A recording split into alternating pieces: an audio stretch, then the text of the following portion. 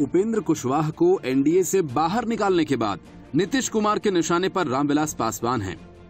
वजह नीतीश कुमार को अपने भविष्य की चिंता है।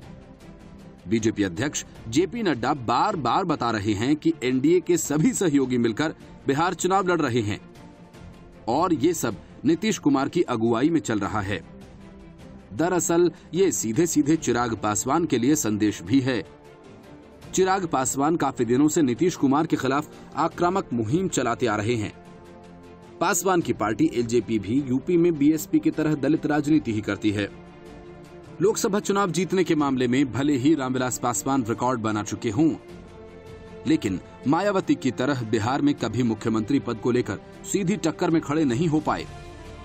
अब तो कह रहे हैं कि चिराग पासवान में बिहार का मुख्यमंत्री बनने की पूरी काबिलियत है। समझने वाली बात यह है कि पासवान की दलित राजनीति पर अब नीतीश कुमार की नजर लग चुकी है। तभी तो नीतीश कुमार जेडीयू को दलित चेहरों से सजाने में जुट गए हैं। 2019 के आम चुनाव से पहले ही एनडीए से उपेंद्र कुशवाहा का पत्ता साफ करा चुके नीतीश कुमार को अब रामविलास पासवान, विशेष रूप से उनके बेटे चिराग पासवान, खटकने लगे हैं। वैसे ये भी सच है कि कुछ दिनों से जब कोविड-19 और बाढ़ ने बिहार की हालत चिंताजनक बना रखी है, चिराग पासवान अलग से मुश्किलें खड़ी करते रहे हैं। सवाल ये है कि क्या नीतीश कुमार सिर्फ चिराग पासवान के आक्रामक रुख से ही परेशान हैं या और भी कोई वजह है? बिहार में एनडीए की राजनीति कुछ ऐसे चल रही है जैसे बीजेपी चाहती है कि नीतीश कुमार के मुकाबले उनकी ज्यादा सीटें आएं, ताकि चुनाव के बाद ज्यादा दबाव कायम किया जा सके। ठीक वैसे ही नीतीश कुमार चाहते हैं कि पासवान की पार्टी एलजेपी के हिस्से में इतनी कम सीटें आएं कि पार्टी इतनी दब जाए कि उठकर खड़ा होना भी मुश्किल हो।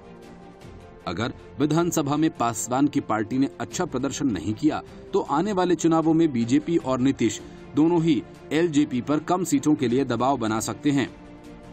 दलील होगी कि एलजेपी को तो जो भी सीटें मिल रही हैं वो प्रधानमंत्री नरेंद्र मोदी और एनडीए में रहने की वजह से ही मिल रही हैं। जीतन राम मांझी को भी नीतीश कुमार इसलिए साथ लेकर आए हैं क्योंकि मांझी न सिर्फ श्याम रजक की भरपाई कर रहे हैं, बल्कि उनका इस्तेमाल एलजेपी और उसके चलते बीजेपी के खिलाफ भी किया जा सकता है। देखा जाए तो जीतन राम मांझी का एक बार फिर से वैसा ही इस्तेमाल होने जा रहा है जैसा 2015 में हुआ था। तब बीजेपी ने नीतीश कुमार की जगह जीतन राम मांझी का इस्तेमाल किया। अब नीतीश कुमार भी वही कर रहे हैं। नीतीश एक तरीके से बीजेपी पर दबाव बढ़ाने में मांझी का इस्तेमाल कर रहे हैं। नीतीश की कोशिश होगी कि कैसे पासवान को बिहार में एक दायरे में सीमित करके रखें। लोकसभा में जो भी हो, विधानसभा में पासवान की पार्टी कमजोर पड़ रही है।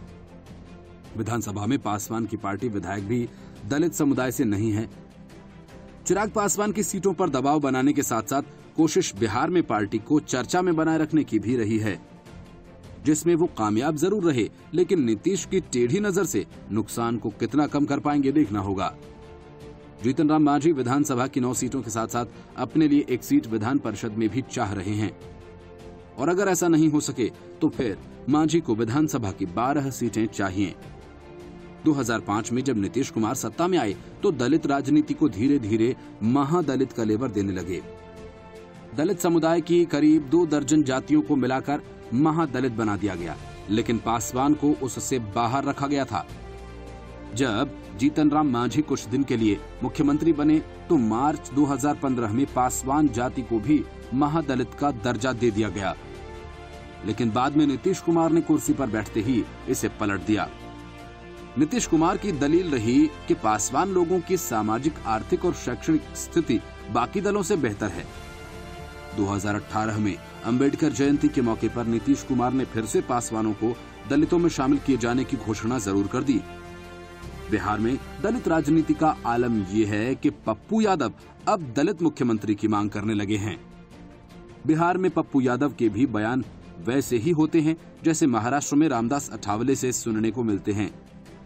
जैसे उद्धव सरकार के गिर जाने की भविष्यवाणी करते हुए रामदास अठावले कपिल सिब्बल और गुलाम नबी आजाद को एनडीए ज्वाइन करने की सलाह देने लगे। पप्पू यादव का भी वही हाल है। उनके विचार विकास दुबे से लेकर चीन के साथ संबंधों तक सुनने को मिल जाते हैं। दोनों में फर्क बस ये है कि अठावले एनडीए के साथ हैं और पप्पू यादव किसी भी गठबंधन में एंट्री पाने के लिए ललायत हैं। Bureau report, news of India.